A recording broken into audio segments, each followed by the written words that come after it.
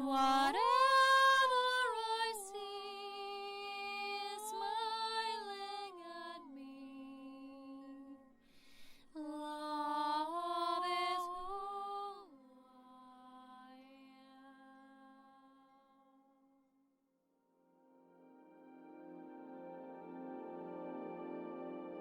Hello there, beloved Ascension pioneers, and welcome to this Ascension update and a very important topic for all of us as we are ascending and descending and co-creating simultaneously. So today I want to have an in-depth conversation with all of you about the nature of our ascending and descending human. As you know, the human means the light in man. So the enlightened presence of our spirit through our soul communing with our human bodies. So the human body is a very important aspect in the evolution of consciousness. And for those of you who have been following certain works of creation and galactic information, you know that the seeding of the human race was very important ever since the origin of how consciousness began to evolve in this way and how much energy and effort went into that. So we have a very distinct nature of, this is beautifully described, for example, in the book, The Prism of Lyra, about the nature of two very specific energies. Well, the third one I would say is also playing out importantly. And this does reflect the threefolded nature of our being, which is the vertical, the horizontal, and then the birthing, the child experience of that both in union. So as you know, there were certain races that were developing only vertically, while other races in the evolution of the humanoid consciousness were exploring and, creating only horizontally. And when they were going through their own trials and tribulations in their own evolution of the soul, they were experiencing that, you can't have one without the other. There needs to be integration. So this third aspect was actually co-created, which is the feeling nature. And when you look at the nature of how this was evolving through some of the constellations, we know the primary as in Lyra, Vega, and Pleiadian.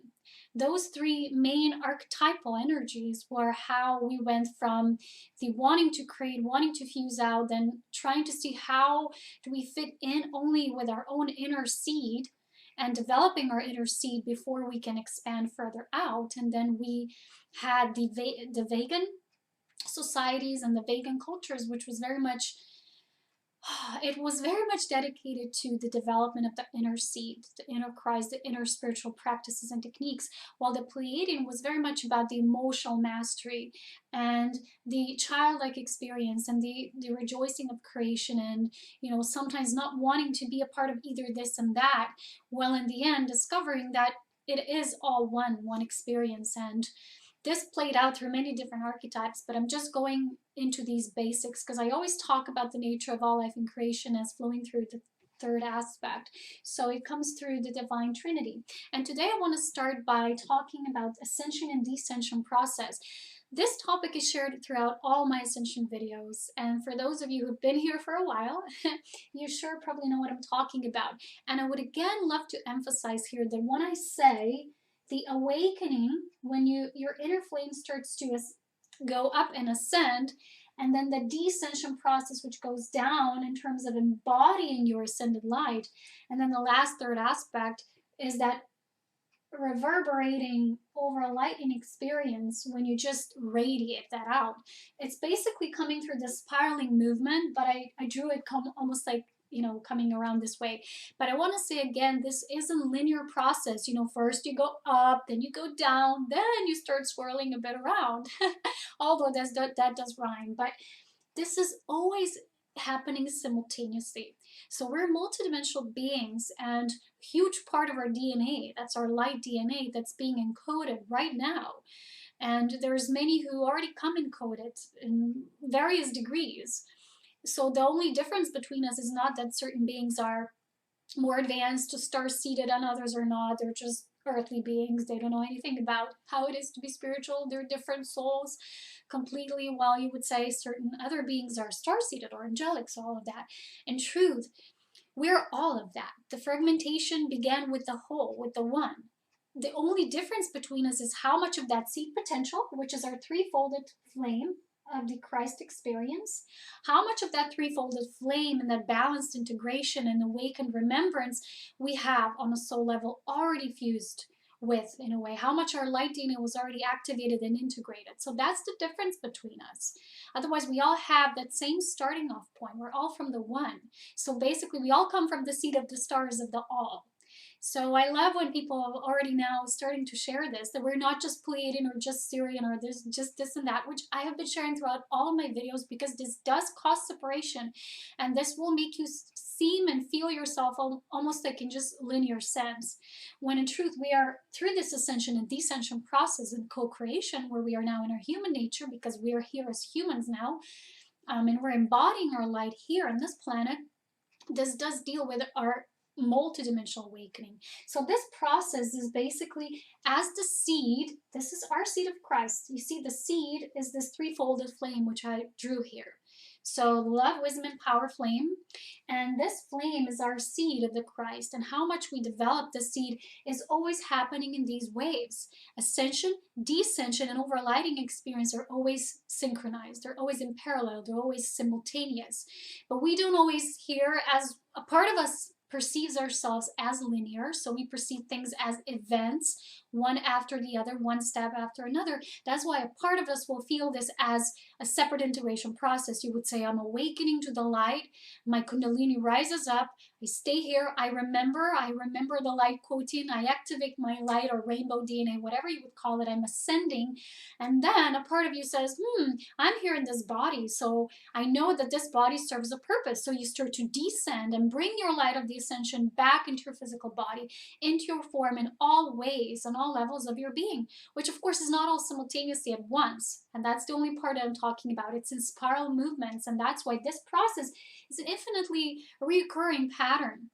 But it's always simultaneous. It's always all three aspects joined, conjoined as one in unity consciousness. So in truth, all these phases are simultaneous phases. And that overlighting experience is when you embrace the human nature. So in truth, it's your starting off, your awakening kundalini fire starts to rise back. You start to remember your true nature. You want to go up. But you know that because you have this body and you're meant to co-create as a human, eventually you'll have to come down again. Which doesn't mean now the up will no longer exist and you'll have to drop down again and forget all that you remembered right here. No, no, no. You will bring this light of your ascended presence, of your illuminated self back, and you will bring it into every level of your body. We'll go through this spiraling motion. It will activate all the blockages, the areas where you had thought patterns, beliefs, just as that needed to be unblocked, unveiled, where you were moving upwards with your ascending light. So again, you see it's a simultaneous process. So we do experience activation, the seeding, the activation, integration, releasing, and the embodiment simultaneously. But we have a linear nature sometimes through our perception filters. We sometimes perceive this as, subsequent, these stages that follow one after the other. So that's the only difference, is the perspective we're coming from. But in truth, this is always happening simultaneously, and it's always happening in the spiral of movement. So in truth, that creation pillar that we establish, and when I say that those of us who are creation pillars, it means that we already came here with the purpose, but everybody's going and remembering that they're also, in a way, you know what I mean? That they will also establish their creation pillar and become their own vortex of the ascended and descended light in order to co-create. Because you cannot co-create with the divine self, with your human self, as in sacred marriage, which is known as the alchemical marriage. The electricity and magnetism, I always talk about this, and that's why we say that energies are always electromagnetic. And we say this about the sunlight, the solar light, the gamma rays, the cosmic rays coming from different stellar constellations, and so on and so forth. So this is all electromagnetism. This is our nature, our primary nature. And then when there's a combustion happening, when you have a creation of stars, the nebulas, there are certain gases, certain gaseous nature needs to come together in just the right way, in just the right perfect conditions that it's ripe, in order to create a certain combustion of the chemical energy, to create this chemistry energy. And this is what we're doing. So we can't really co-create as our divine human self. This is that third aspect, which is that overflowing, that emanation, that radiance of our overlighting luminous and presence. That's why I was guided to wear the elven crown again today, because we are in a way becoming crowned with our presence, but in our human experience, not just as a vertical remembrance, bringing it down, overlighting it back up. I describe this process more in detail and depth in my mastery course called Ascension, Self-Empowerment and Ascension. And I will go deeper also in terms of our cosmic nature and much, much more in the course that I'm about to record probably this week on multidimensional ascension, which was long in the making, but things when they come as my guidance, they're just adding up in my head. And I can't really explain how this process is for me, but when I know that the guidance is almost like all the pieces of the puzzles are complete, I get almost like this, yes, like a giant checking point. And it's like, oh, now I know, and I'm ready to record it. It's how it comes. So I know that I will make it. Sometimes I promise things before they even happen, but it's a strong knowing. But when there's a human click, this needs to come down as it descended so that I can co-create and overlight. And this is when the creation process starts to unfold. So this threefold layer, this three-layered process is always happening within all of us. We all have that primary three-folded seed. You can read all about that in ancient scriptures, self-mastery texts and books from different masters. They're all talking about the same thing, maybe in their own unique mastery expression of the language form.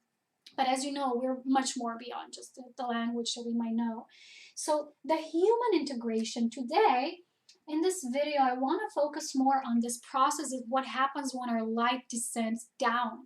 Because this is what Spirit showed me, is that many of you, many of us as Ascension pioneers, who are we? We're those who are doing this work as a starting point, as to build this template for those who are following, will also start to massively choose ascension, because many souls are now ready to culminate in this chapter of their spiraling journey in their soul evolution, but also in a much cosmic evolution. And I will talk about this cosmic nature of ascension and the much greater vision of what's really happening behind Earth's ascension in terms of the completion phases and the more cosmic sense in this upcoming course. So please stay tuned. For those of you who want to move much, much deeper, that will come very soon. It will be available. But for now, I want to focus on this process when your light starts to descend. So what happens is when we move upwards into our ascending light, we start to get very, very beautifully blissful. So a part of that experience, because we don't want to leave that state of bliss, a lot of people want to stay there a bit longer until they're really ready. And I know, because from my own experience, when you start to descend the light down, it will start to get challenging. And this is what all sort of initiations will come across your path. Initiations are testing times. Sometimes in your astrology, this can be shown when you have different planetary alignments, or when a planet passes or activates you in your natal chart. Sometimes in the Vedic astrology, I'm not an astrologer myself personally. Please don't confuse my purpose with being an astrologer. I just know certain things as in a more general sense, but I don't go so much in depth. It's not the focus of my purpose. But in Vedic traditions, they know these trialing or testing or challenging periods in our lives as sadhisatis. And basically, these periods are also known as initiation periods. But it doesn't mean necessarily now it will be difficult for us. It really depends on how much awareness we have of what's really going on. So that is why I share all these videos, so you can know what's going on when you have certain testing periods, or when you know through your experiences of what I'm going to describe here, you can associate yourself and feel much more soothed in your ascension. Ascension happens either way for you when your soul is ready to choose it. But when you have this kind of guidance and knowing and confirmations from someone who's doing this work on their own soul level as in guidance, then it will be more soothing for you to go through this. You will have a more I don't know, it's just more trusting nature of what you're going through, and that trust will more easily propel your ascension forward without you needing to worry so much and constantly question yourself and your experiences in your ascending journey. Okay, so that is why I'm so dedicated and devoted to sharing this. Not that it wouldn't come naturally anyway, but it's just here to provide a template of greater understanding what's really happening to us, not just as divine beings, but on a human level as well, because it is our human that is receiving our beloved, and our beloved is our divine self, and they're marrying each other. So when we start to ascend and move into the nature of our divine remembrance, and people know this as the Kundalini awakening and all that, but the Kundalini awakening itself is just the starting process. Then how you will rise it, what level, what degree will actually know how to rise it upwards, that really does all depend up to you, how much inner work and dedication to this process you will be doing.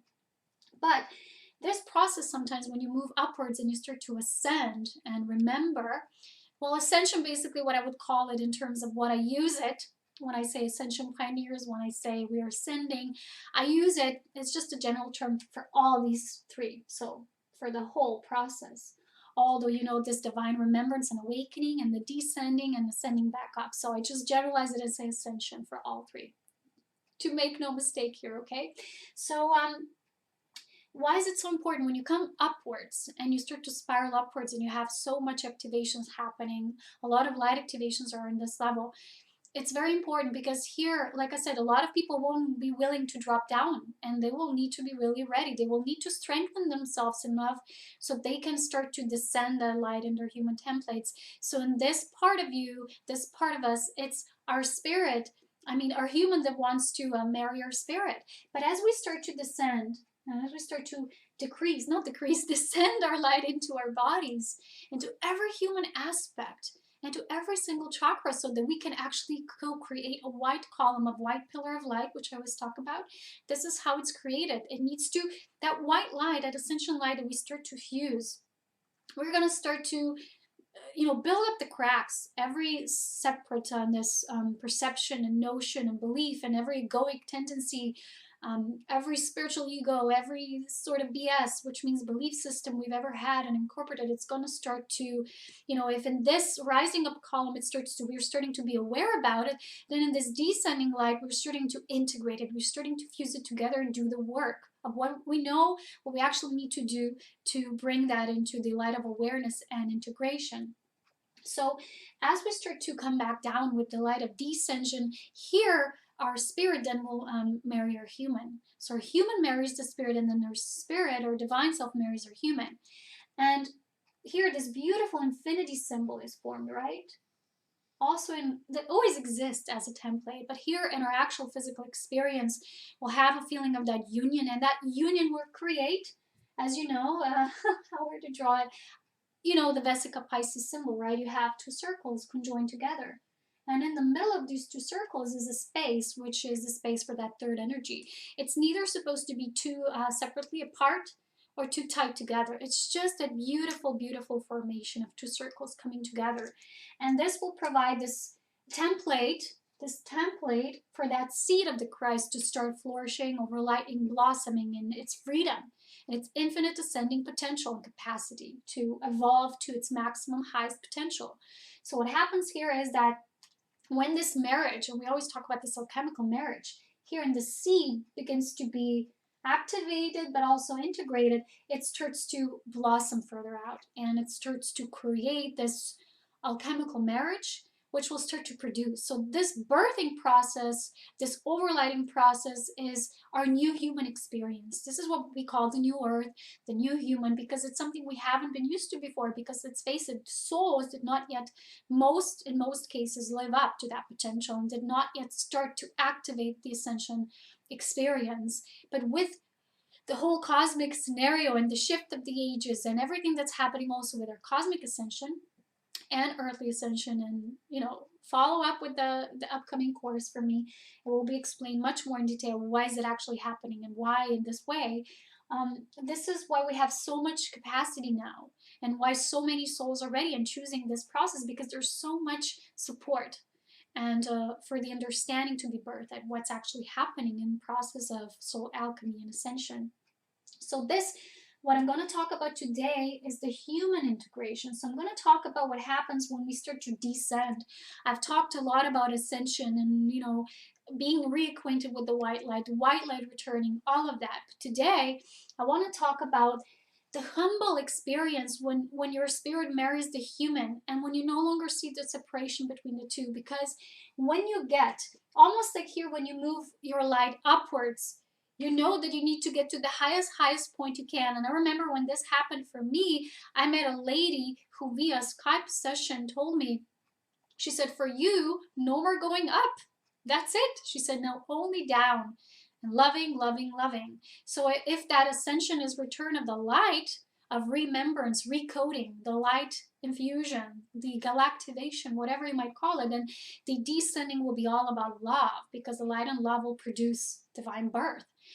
And I remember that was specifically spirit showing me through the mirror of that person. That's it. That's where I was at that time. And that was, I think it was in 2014. And this is when I really started to bring that activated remembrance, divine origin, all of the knowing down into every aspect of my humanness. And the things that before, when I was rising up, did not interest me, and I didn't want to have to deal with it. And I said, this is not about me. And this does not mean the same thing as you're not grounded and you know you live in this human body and you have things to do. It has nothing to do with that. I'm talking about the stages of your ascension process, okay? So that's the difference here. Um, so when you, in certain parts of you, you don't feel, and that's purposeful at that time, that you need them or you require them and they're even necessary or beneficial for you, that will be your truth at that time. But when the light will start to descend, you will feel certain things. You will have those longings, the desires again, and they will want to move through you. So today, the focus is on this human integration part. So when that spirit, your divine beloved, marries yourself. And a lot of people now talk about this twin flames, twin souls, and I talk a lot about this myself. But the whole purpose of this is to become, to marry our true beloved, to be spirit, to be form, to be all in such beautiful perfection. And we do this in layers. And a lot of times we think, well, we already done it, but there's more and there's more. And when we know that this is so, we will get a confirmation from spirit, about where we are now, just like I got it back then from that lady saying, no more up, down, down. I was like, oh, wait a minute, that was true. Because when I look back and I trace my journey at this point for where I was, it was true. And that's when the light really started to move and descend into every aspect. And I had these urges again, and I started getting new relationships, which were my mirrors for the descending experience, more humanness, more humility in embracing my humanity. So to become the human, the light in man, this spirit, the divine beloved, needs to mirror humanness. And sometimes this human aspect has these beliefs like, oh, I'm already perfect, or, everything seeing through the eyes of perfectionism, which is sometimes this movement upwards. You think you don't need others. Well, you will start to descend. You will feel you do need others. You are a team of light. You are a community. You are a gathering of group souls. Even if, for example, you won't meet particularly your group soul family, but you will meet and need others. And you will start going through the desires of your human experience in order to reawaken the new human, to become the new human. So you cannot do that only from your head or just from that vertical standpoint. You do need to move that light. The light does that on its own. So in this process, I'm going to tell you some of the things that I experienced first. This huge fear that we have of how powerful we are, because when we move upwards, we do embrace our royalty. And remember back in the days, that sounds like a long time ago, but it was, for example, a year or 2 years ago, I talked a lot about embracing our royalty and marrying our royalty and how we're all kings and queens. And this was very much as an essence, we felt it. But when we drop down, when this light, it doesn't drop down, it just starts to permeate every level of your human experience. So when I say drop down, it seems like it's no longer up, now it's completely down. The light is everywhere, it's all there is. But in your physical experience, you will feel that light moves through you. And a lot of times we'll go through these challenging aspects of you, which you would rather not deal with, but you will have to deal with.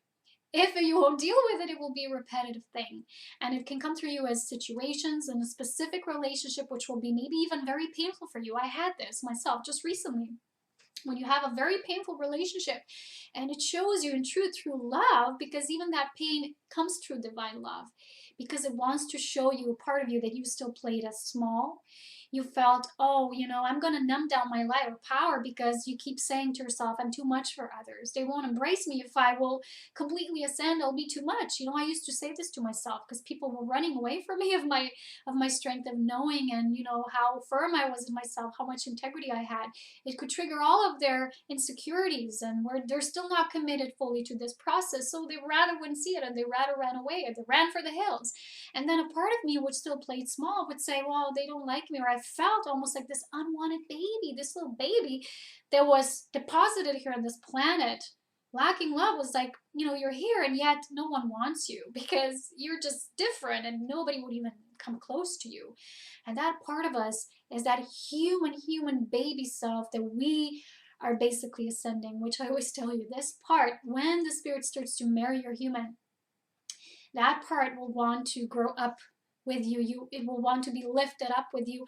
And I'm having tears now as I'm saying this. Oh gosh, it's very emotional, this, for me, because I know it's the truth. And when I have tears of truth. And no one, let me tell you this, no one else can do this for you, to lift up your baby in the ascended light but you. You're the one who has to pick up your baby, and this, what we are actually ascending, this human aspect, which was so denied for eons and eons, for ages. It's not meant necessarily you. You might be one of those volunteer souls who are here doing this work. You've come to a particular family. You want to clear the ancestral lineage. You want to do this, the repatterning of the DNA through your cellular encoding, unlocking, and then bringing that new light, cosmic light infusion, because you've activated your Christ the threefolded seed already, and you were willing to do the work. And I got this beautiful message just yesterday. I was down on my knees. I felt like at the lowest point of the human experience. It just came. I couldn't do anything about it. It's not like you meditate on it and then this happens. It comes unexpectedly. That's how these initiations take place. It just comes. It's a profound feeling. Sometimes it can overwhelm you. But how I know that, for me personally, I know I'm here doing this as a work of service, because even when I'm having the feeling, and when I'm feeling all those things, the first thing that's always on my mind is, how will I surf through this knowing? It's already how I'm seeing this, how this will be my video, and that's all I think about.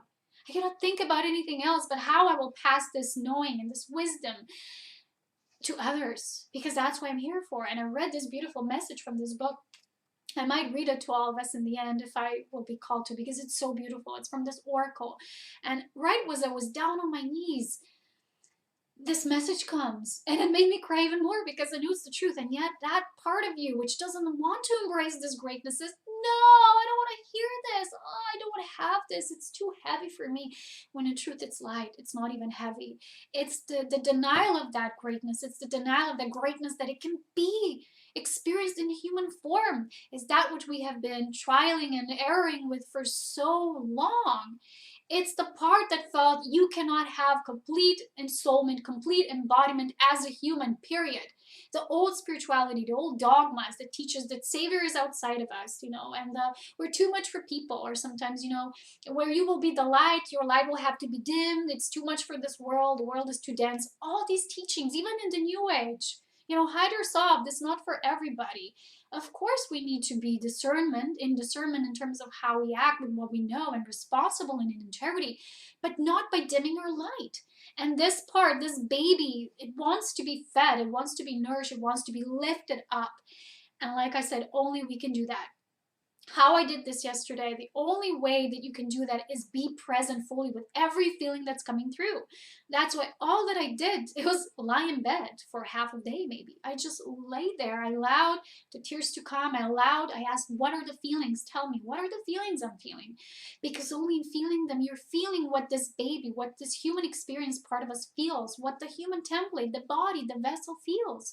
So we can lift it up and become the new human. The human, the light in human, because this belief that we cannot have all of our light, of all of the soul in the body, still comes from old experiences. And of course, maybe in certain previous ages or previous cosmic experience in a greater sense might have been true for that time. But remember, the cosmic experiment is grand. It does not just apply for one trial and then error, then it stops. Or it doesn't just apply for something you believe it's going to happen, then it doesn't. Over, what do you do now? It's over. No, it's continuation. It's a spiral.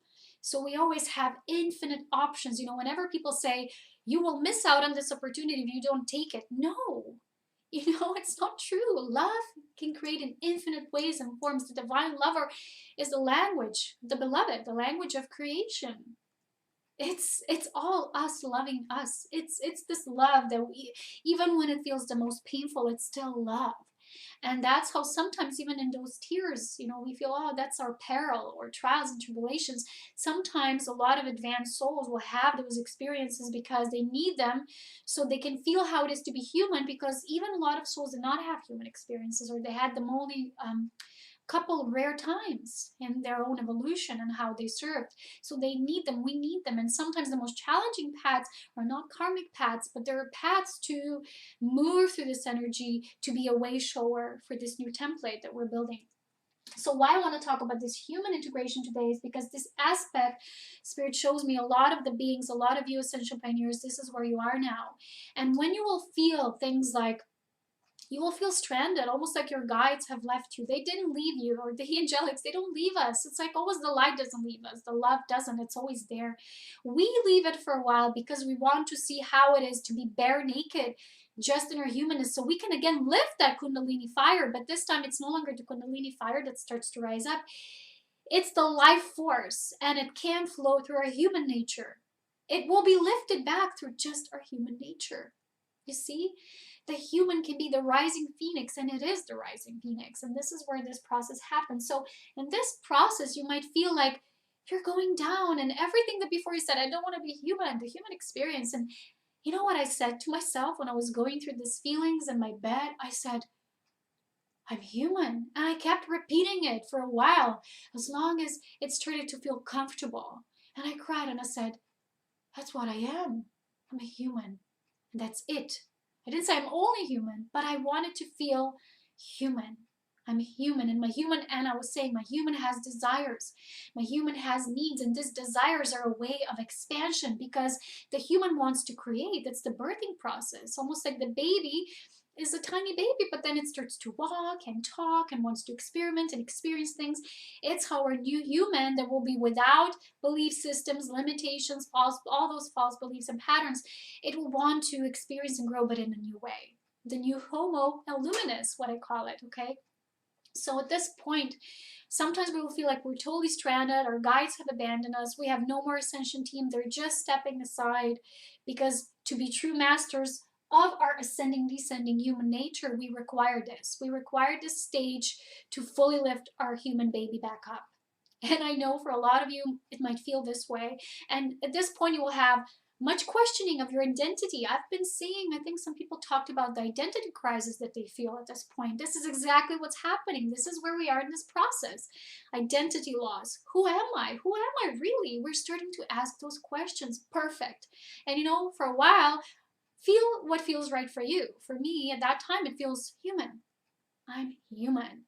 Because human, it's what we are now, and it can be all of it. We don't no longer need to attribute limitation to saying human. Why? Human limited? Why? No, human, human luminous, human unlimited. Why not? This is what we're going to do. This is what we'll establish. And I tell you, we will do that. I'm having tears again. We are doing it. I know for a lot of times it can feel so challenging. And those of us who are doing it first, it's the most challenging. And people who are going to go through after, they will have it more easy because we've already paved the way. But it's not about who has it harder, you know, who gets the rewards, who gets the shiny prize. No, we are all of the collective one ascending unity consciousness white light ascension process. We're all brothers and sisters in that. You know, even those people who might play victimizers, or who might play those who we say, oh, they're the cruel ones. You know, I just watched this video. The lady said, let's stop giving the cabal, or whatever we call them, this role that they're, you know, they're victimizing us, because we need to release them from that role. They were just playing the other part so we could grow and evolve, play the light, and that's true. But when we get that, when we do become the Homo luminous, that is no longer needed. So we are building this template now to neutralize that so we can start formulating new. And that's what we're doing. But it needs to have a certain amount of equivalent in the light of decision and that choice, so we can collectively choose that. You can choose that. Start choosing for you. And we're doing that in our own tiny little Ascension communities, which of course are growing a lot and expanding exponentially as I speak. But it does require conscious devotion and effort on our path and our part. So we do play this part. Don't ever consider yourself small and say, I'm just one tiny aspect of Source. You're freaking everything. That holographic projection of one part already has the description of the whole within it. We're awesome, and this part, embracing the descendant human, is what makes us so awesome. Vulnerable, and at the same time, in great vulnerability lies the greatest power, because that vulnerability is very directly related to humility. Another thing I want to mention here is giving and receiving. What I've experienced here is that a lot of me was already balanced, but there was an aspect of me which still had and carried the belief that to love is to give. And you as an ascension pioneer, you probably do attribute to a group that we sometimes call the givers. And I've shared this a few videos, I don't know how many back, but I've shared this before, that a lot of us even identified with the word giver. Start identifying now with nothing like that. Roles, attributions, star seeds, twin flames, all of that. Just become divine lover. Nothing else is needed. Become love, love incarnate, divine love, whatever you call it. Just let it be from a space of cosmic love and cosmic union and devotion to that love, and serving love as love itself, because love is truth. We always say truth knows its source. That's why it does not need to be defended or explained or anything like that. So truth is love. Love knows its source. The love always sources back to love, and it finds a source, which again is love. So every experience we had, even if it was very painful, for us it was to lead us back to the love. And if there was a part of you which was happening for me, 1 tiny percent, I don't know how big, it's not about that, but one tiny particle still felt that I'm in love when I give. So the tiny percent created this very polarized experience when someone was just passive, no giving in return. I was the only giver in that scenario, because that stage needed to play it out so I could witness that part of me and say, wait a minute, I do understand, I love, I embrace, but I release, I forgive now. This is no longer the true truth of all that is. In unity consciousness, love just is. It's not attributed to giving nor to just receiving. And at that time when I got this, giving and receiving are one. I already shared this many times. But I got this beautiful mantra or decree of your self-love, which goes something like this. And we can all say now together. The highest form of giving is receiving. The highest form of receiving is giving. That brings tears to my eyes again. Oh. I don't want to cry in today's video because, then it will be all just like, rah. But I do want to tell you this feels right for me. It does feel right in my heart. And this brings the loop of the infinity symbol back into its wholeness. Because, when you create a template of receiving, you do allow that other polarized opposite of, which is always one in unity consciousness and creation, the ability to give. And sometimes when you're only giving, you're not allowing that. You're not in that space. So when you have that knowing that within giving is already receiving and within receiving is already giving, you create this infinite nature, infinity loop spiraling nature of our true totality. And when we're whole, we are holy. We know that already, right? As Ascension pioneers. So in this human integration period, you might be going through some of the things I'm describing now, as well as being really humble about the human experience.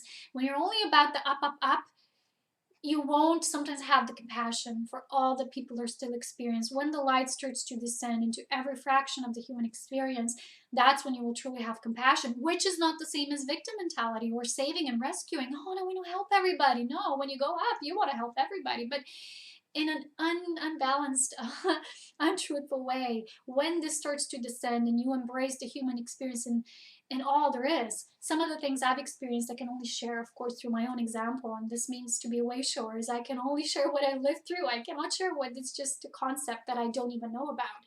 So some of the things here, as I've seen and witnessed, is a lot of people who are only upwards are very ethereal. They want to stay only up there. They don't want to move down. They don't want to bring their light into every aspect because it will feel too vulnerable, too hard, too difficult to deal with all the challenges that this brings. It's just sometimes it's either avoidance or misunderstanding, non-understanding of our nature and creation principles. But a lot of people who are very much up there will have a projection of the outer Messiah or someone who's very much overlighting in their presence, or God Goddess, or seeing the God Goddess in others, but not yet fully grounding it within themselves.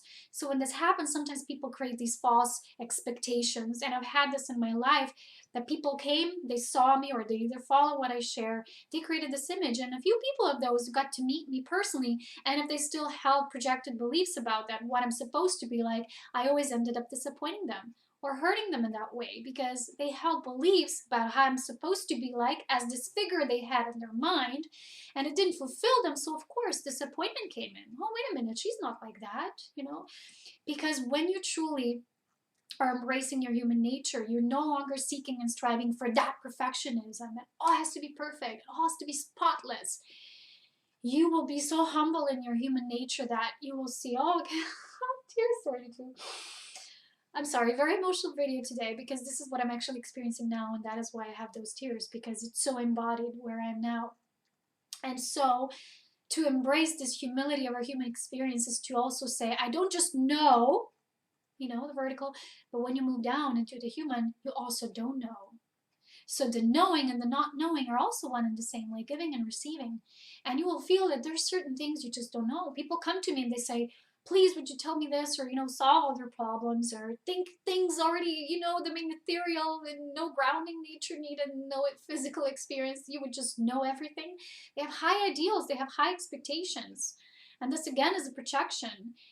They want something that, you know, it's like a dream projection. You know, another one is serving you as that dream ideal for what you know is your highest potential, because you're not yet fully bringing it into form. Sometimes a part of you relies on another. So that's why we created these gurus and teachers and messiahs. I am no one's teacher, but I share what I know in terms of what I've experienced and what are my attributes in the collective of souls that are here to serve the light of ascension and unity consciousness. So that's all that I do, and that's it.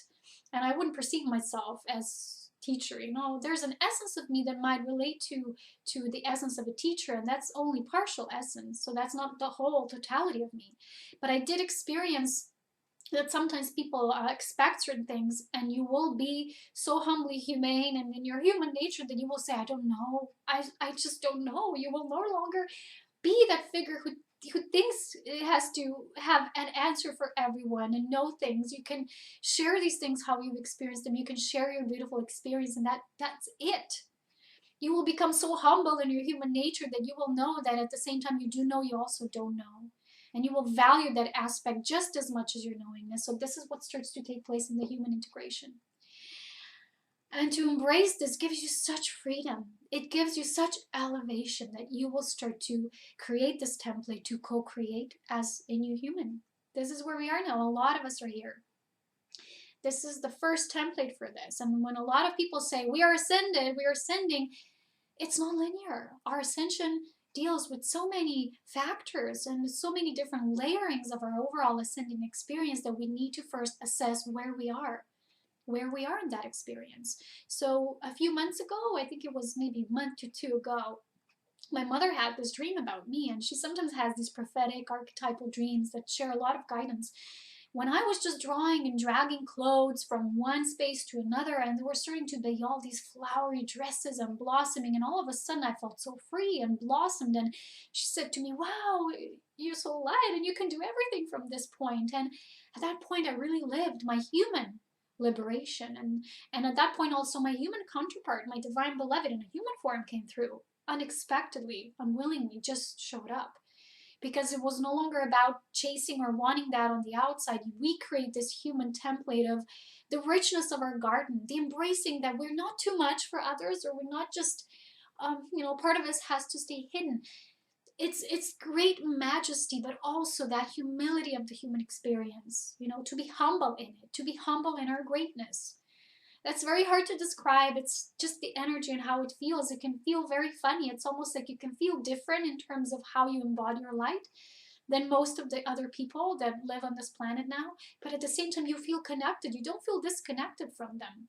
You do feel different in the way where you are, how you are in your purpose, but it does feel still in the same sense, it feels unified. Human feelings and perceptions of how it is to ascend as a human can be very so subtractive that it's, I mean, so what's the word, abstract, so abstract that we can't always explain, you know, our experience with those feelings. So when I talk about the embodiment and the ensoulment, that's exactly what I mean by saying that this is where the embodiment process begins. You know, our integrated light begins to embody, and this ensoulment can happen in a human form. There's still those beliefs, and our life will have to dissolve them. And there might be that belief that, I have and I exist and as an angelic self in that form, in that format. It's just ethereal. It will never descend and it can never be experienced as physically. And a lot of people still hold that, if not consciously, then subconsciously. And we will witness that, if not by any other means, through relationships, because they're our greatest keys to unlock that. And they will show us where we still are not fully in our power and yet humble about it. So intimacy is the next thing I want to talk about. The embracing of the human nature here in this part. When we come into this descended human nature, when we start feeling comfortable in it, we know and we understand that the human thrives on experiencing intimacy. I want to give you one example here, which was just yesterday. We agreed that we will have this almost like a Valentine's Day date for ourselves. We will massage each other. We'll create this beautiful experience. But in the end, events turned differently. And I got my period and things changed. So what happened was, I said, okay, now let's do it now. And what happened, I was already getting ready and waiting. And then I saw my mom. In the meantime, when I was just getting just one thing slightly done and, taking care of myself in the bathroom, she starts to clean my room. And I wait for her, I don't say anything, and then something else and something else. And at the end, I was so upset, and I said, what are you freaking doing cleaning the room? We said we're going to massage each other. And she said, oh, I just wanted, to be in this clean environment for you and, to create this perfect space. And I said, you know what? That's all for the after. Is that really important? Is that what we agreed upon?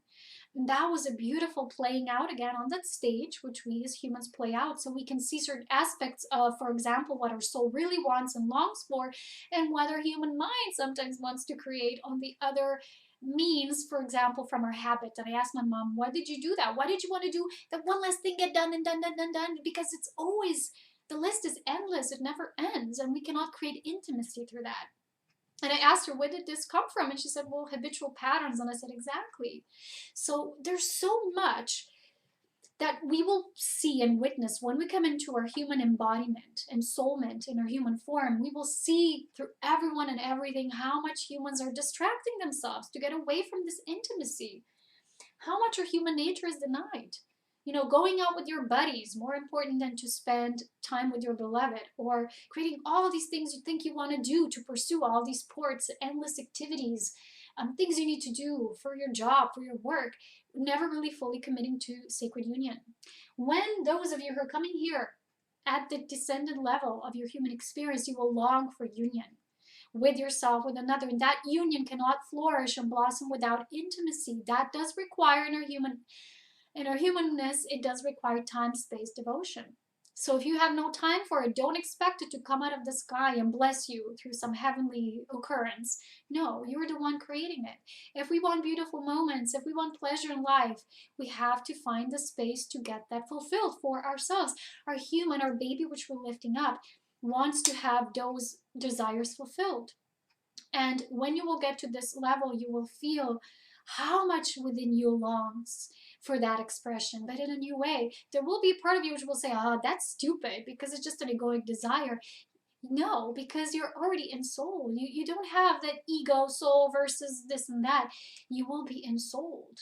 Your ego will be driving together with your soul. It will be an intermingling experience, no longer separate. Here you married, the spirit and human marrying each other.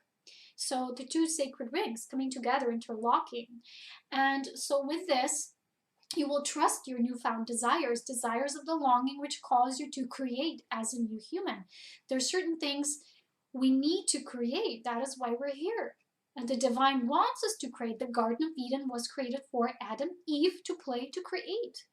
And so when we come to intimacy, it's the building block of those creations, truly. And now, this leads me to the next point, which is activating the Shakti and Bhakti presence, the presence within us. So these are all the forces of nature's Shakti, is that womb power, is that mysterious, sacred, raw life force space for creations. Well, the Bhakti, we would say, is more like the male counterpart for it, the same way. So almost like for the women, we would say we have the womb, And sometimes I call that the males also have the inner womb, that we also, and even our womb is the physical womb and the inner womb, because it births physical and non-physical things. But for the men, they have the dantian. I don't know how to spell that, but you know, in Tai Chi and all those Qigong exercises, they call this space here somewhere, a little below your navel, they call this point a dantian. So this point is the gathering the force of the life force, how male create. And I've heard recently someone shared that women don't have that, we only have the womb. So why would we talk about dantian, because it's only stands for men? But remember, the illumined Homo being, human, has all counterparts within. So when you exist as your twin soul nature, you are carrying the seed of each other within each. So if you're a woman, you have female body. You know, I see a lot of people who want to stay neutral. We do have androgynous neutral nature as our essence, but as physical beings, we still have gender. That's where we are now in our evolution of the species. So let's say you experience yourself as a woman, but you still, a part of you will always be neutral, and therefore you have the womb and a Tantian force. So basically, two polarized opposites as an essence exist within you. I wouldn't say that just one goes for each, because that doesn't resonate with me. I believe we all have, like the yin and yang, the black has the seed of white within it, and the white the seed of black. So we have seeds of each other within, and that's what we as male and women can connect. So if a male has an outwardly pointing genitalia, the female has an inwardly pointing genitalia, if I can even call it like that. I don't know what words to use, truly, excuse me for that. But within us exists the other polarization as an essence, if you know what I mean. So I would say we have to activate both of these essences. So the womb, the Tantian spot, they're the sources for our feminine and masculine polarization, which is within and without. But without, we experience as, okay, we have an inner womb. We are menstruating, we have our cycles. Even men have their own cycles, but they're in their own unique way. And when the man and the woman become fully unified, which they create through that space of intimacy, they will feel aspects of each other. And that's why for certain cases, you know, when the woman is pregnant, for example, the man could feel, I'm also pregnant, just in a different way, because there's this essence unification occurring within them. So I would never say just one stands for the other, because then we go again into that extreme polarization. So let's use our gender as a standing point where we are, but let's also know that as an essence, our essence, when it's fully balanced and neutralized as a soul, as our twin soul, it is fully balanced and integrated and whole, and we're holy. But our physical experience of it will be, for example, I am a woman. I have a physical womb. I have female genitalia. I create and produce my life force through embracing my womb. And when we get to that point of descending our light, we start to activate our life force. Up here, it cannot be activated. That's why for a lot of people who you would say they're ungrounded, they live only vertically, or they're very much spiritual, like without, you will feel that something is missing within them. You will feel them not fully present or disengaged from the body, which in that case will be true because they're choosing to stay here for a while. Maybe for some of them, they don't even want to descend this time, or whatever it will be. You know, that's all soul agreement. But when the soul is ready, when the experience in the physical is ready, it will know. So we'll start to descend and jump back and say, wow, you know, I never know this could be possible, but I'm loving it, I'm enjoying it. Because when we move through all that we're not, trust me, we will witness also what we are, and that will bring us the most immense pleasure. It's just we got to be willing to take that leap, to take that jump, because if we want to stay safe with what we already know so far, we're never going to know what's there on the other side, what we can also create. So let's be brave, okay? So in that point, in that template of descension, we will start to reactivate our life force. This is the only way when we can truly engage with it. And that is why from this year forward, you've probably noticed me talk much more about life force, tantra, and how to live our life force, how to cultivate it, how to co-create with it, because this is where I am in my journey. And the last point I wrote union, with some of the examples. We cannot have that union without it. So a lot of people want the union, but they're here, right? Again, union, sacred marriage, alchemical marriage deals with our chemistry. Chemistry is our bodies. Our bodies are comprised of physical, chemical elements. So again, the light goes into the body.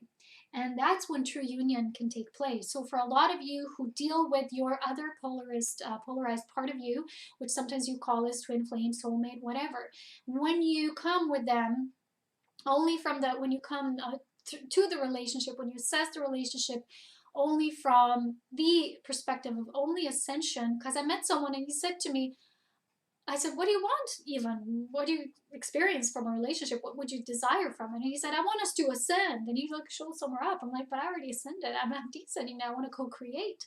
I want a co-creational partner. I don't need an ascending partner. I already ascended. I'm here to assist humanity with the co-creation of my physical ascension. So that is the holistic, the whole process, the whole divine trinity, not just ascending somewhere upwards. And so the union, the true union, I hope you can see that. I wrote union. Yeah, union. So true union does not take place even on all physical aspects and all unification aspects of our being before we really start to descend in our bodies, bring that light of ascension into their body. So you can literally experience that as two, as a couple coming together, like separate together, and merging and alchemizing step by step. Or you can do this within and meet a partner who's already there. And from the moment of that bursting flame, there's a match. And there's a frequency, tonal attunement right away. It's, again, a unique journey. Watch my video on Twin Flame, Twin Soul, because I explained the uniqueness of the beloved journey there. So this is what I have for today. And one last example I want to share with someone asking me a question recently. And this again deals with embracing our human nature, which goes for all the aspects that we would call out on every human level, right? Let's say the cars we drive, the home we live in, the system we still believe in, all that's the structure around us. And recently someone asked me, what about these things like healthcare? In the USA, they have this healthcare program. And they asked me about it. They say, why can we manifest this? Why is it like this? Why not like this? And they started doubting their human mastery and human experience. Well, our new human self is here ready to call out to co-create a new experience. But for us to do that, we have to disengage from that which we believe is our support, for that which we believe is our health insurance. You know, our new human template is the only insurance we will ever have. And I remember years ago, well, that wasn't that long, maybe a year ago, I heard Barbara Marciniak from the Pleiadian Collective. She spoke about this exactly. She said this care program they're developing. And she said, you know, you might have money, you might have resources, but in the end, there won't be any people there to heal you. There won't be any capacity. You know, there will be no one there to help you. So even in the end, when you look at it from the nature of the combustion, of the entropy that we created as within the old grid system, there will be no one there ready to serve us because that outserved us and we outgrew it. So we are now ready with this experience, with our descended human nature, to start rise up again, start to create on a new level. A lot of you always said, well, when does this happen? When does this happen? Well, you had to go through all these stages. We had to go through them as a unique individual in our own way, in our own space and time, because it is unconditional, no conditions, and who gets to go first and why this person goes that way and why the person goes this way. Completely through love, unconditionally serving the white light of unity. So all paths as one, but for you to respect and honor all paths, you got to start honoring your unique path first. This is how it begins. So it's a beautiful journey. I hope this answered some of your questions or confirmed some of the experiences within your ascension you're having. If you have additional questions, you know where's my email. Find it on every single page I have listed on YouTube description box. And as well as I always try to incorporate something someone asks me in the video. So if you ask me a question, then stay diligent and try to watch the videos. I know they're long, but those long ones have most juiciness in them. So yeah, I also do random nature videos when I can, when I love to do. This is more like when I talk about, you know, some of the things I really love talking about. But when I do these structured videos, it's really for a purpose of truly getting down to business for our growth, for our ascension. So yes, we're the ones who are going to have to find these new ways. And I know it won't be easy, but we are the ones who came here to do the work. And it's going to bring us lots of pleasure. It's not just going to be challenging. There's both aspects to the story. You know, when you had those moments when you broke through something, and then the next day you felt such in a position to maybe even how you felt just a while ago. You felt so down and rising up again. And as I said, ascension, descension are simultaneous processes. And each time you felt lighter and you felt more ensouled, more embodied, and that's the whole point. So don't tell me there's just nothing happening. You know, some people say, "What is it ever going to happen?" It's happening. It's just maybe your ego's not willing to see all the growth you've already done because it's continuously focused on a specific outcome your mind still projects. But when you let that go, you will see the growth. You will see your own timeline. You will see your own choices neutrally. You will assess them and you will follow them. And you will see maybe some of them no longer match who you are. And that's perfect. So this is it for today, my lovelies. I have to go now because this video is already an hour long. I can't believe this. Oh my gosh. So as always, so much love, wisdom, and power. I greet you in this beautiful color red, which is what I've shared with you, the color for the month of February, but it's an ongoing theme. Ensoulment, passion. You know, why red? Because red is that root of our human experience. And this is where a lot of us are going now, the very root. It can feel uncomfortable. But when you embrace it, you will love being a human. You will love all that we will create here from here on to come. The best is yet to come. It's not a guarantee. It's 100% knowing because I know a lot of you are already experiencing this anyway. We have glimpses, we have bits and pieces, but they're growing. Like I said, exponentially growing. And as this new template for humanness gets wider and wider, and the more of us that gets to fuel the fire of our threefolded Christed seed flame within it, the more it will start to grow on the outside as well and match that which we have created on the inner planes of being. So love, wisdom, and power. Take care with so much grace. I love you all so much. And thank you for those of you feedbacking, commenting, subscribing, sharing, donating, whatever. All is of love. Thank you so much. Namaste.